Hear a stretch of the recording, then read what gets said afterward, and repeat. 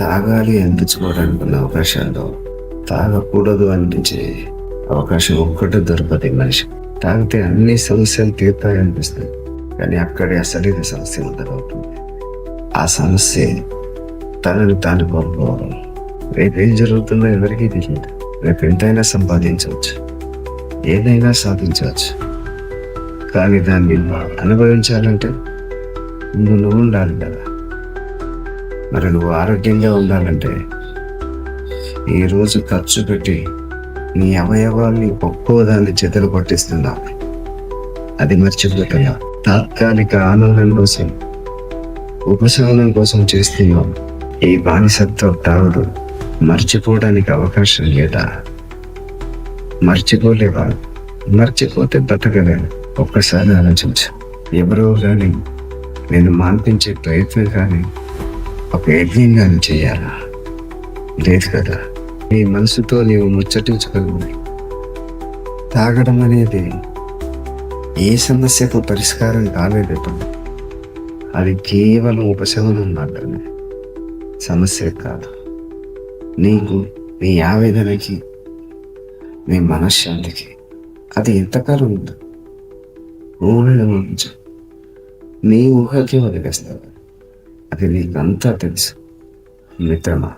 మిత్రమా, తాగడమైనా, తిరగడమైనా, జూదమైనా, ఆటైనా, పరిగెత్తడమైనా, పారిపోవడమైనా, చివరికి చనిపోవాలనుకున్నా, ఏదైనా ఆ క్షణం దాటితే నీ మనసు ఆ నిర్ణయాన్ని మారుస్తుంది.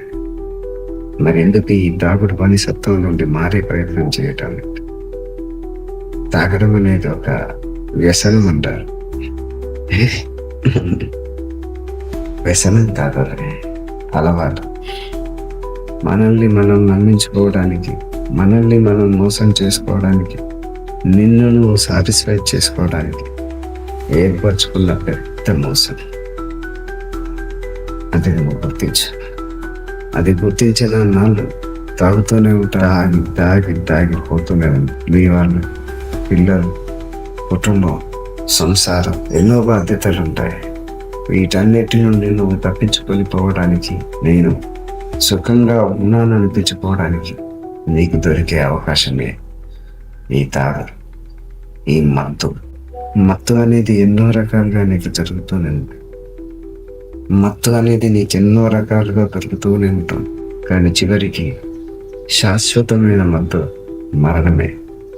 అది నువ్వు కొద్దిగా కొనుక్కొని, తెచ్చుకొని, అనుభవించి, ఆస్వాదించి విసిపోతూనే ఉన్నాడన్న విషయం గుర్తించే లోపే నీ కథ కంచికి తీరుతుంది.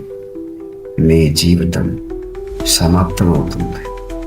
నీ ప్రయాణం, నీకు నువ్వే అంతమైపోతున్నాడన్న విషయం గుర్తించే లోపే నీ కథ కంచికి తీరుతుంది. నీ జీవితం సమాప్తమవుతుంది. నీ ప్రయాణం యమపురి అవుతుంది.